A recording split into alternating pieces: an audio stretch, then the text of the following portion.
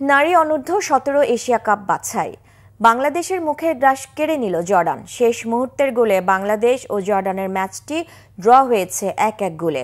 জর্ডানের আকাবা স্টেডিয়ামে শুরুতে বাংলাদেশ লিড নেয় সুরভি আক্তার প্রীতির গোলে। বক্সের সামনে ফ্রি কিক নেন মামুনি চাকমা, প্রতিপক্ষের রক্ষণ দেয়ালে লেগে বল উপরে উঠে যায়। গোলমুখের সামনে ছুটে গিয়ে চলতি বলে হেডে লক্ষ্যভেদ করেন প্রীতি। বিরতির পরও আধিপত্যে এগিয়ে বাংলাদেশের মেয়েরা, তবে নিখুঁত আক্রমণ সেভাবে দেখাতে যায়নি। বল পজিশন এবং পাসিংয়ে প্রতিপক্ষের চেয়ে বেশ এগিয়ে ছিলেন প্রীতি, আলপি ও মামনি চাকমারা। স্বাগতিক জর্ডানের বিপক্ষে 88 মিনিট পর্যন্ত এগিয়ে ছিল বাংলাদেশ, তবে শেষ মিনিটে গোল করে সমতায় ফেরে জর্ডান। জয় হাতছাড়া হলেও বাছাই পেরোনোর আশা টিকে আছে বাংলাদেশের। এইচ গ্রুপে নিজেদের দ্বিতীয় ও শেষ ম্যাচে শুক্রবার শক্তিশালী চাইনিজ তাইপের মুখোমুখি হবে মেয়েরা।